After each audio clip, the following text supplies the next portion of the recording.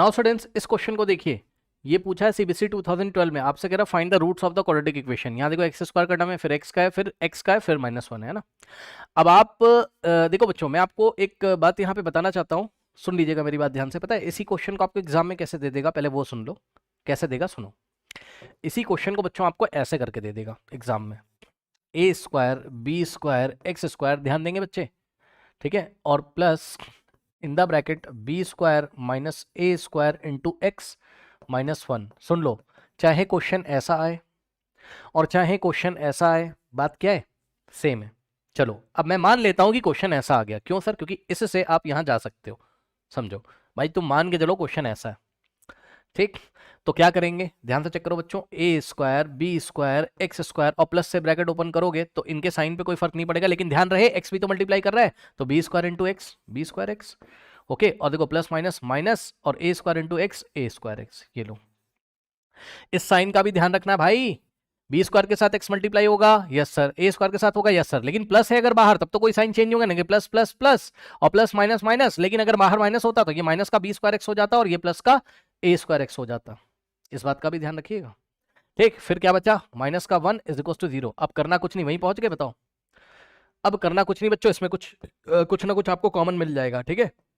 देख लीजिए इन दोनों में बच्चों कुछ कॉमन हो रहा होगा, क्या कॉमन हो रहा है बताइए।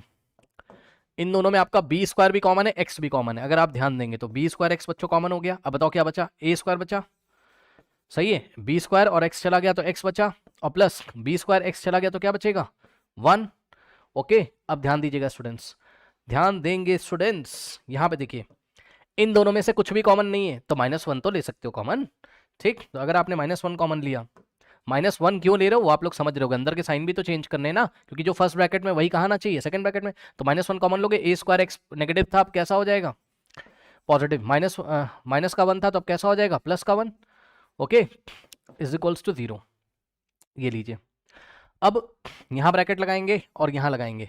अब बच्चों इसमें और इसमें से पूरा क्या कॉमन आ रहा है, ए स्क्वायर एक्स प्लस 1 वाला ब्रैकेट कॉमन आ जाएगा, तो क्या हो जाएगा बताओ, ए स्क्वायर एक्स प्लस 1 वाला ब्रैकेट कॉमन हो गया, तो क्या बचा, फर्स्ट टर्म में क्या बचा बताइए, बी स्क्वायर एक्स और माइनस का क्या बचा 1 इज इक्वल टू 0।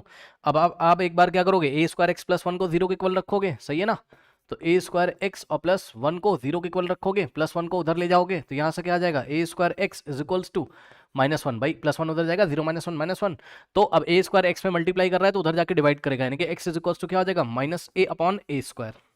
ये लीजिए, एक तो एक्स का ये वैल्यू आ गया -1 अपॉन ए स्क्वायर, और दूसरा वैल्यू बच्चों कैसे आएगा चेक कर लो।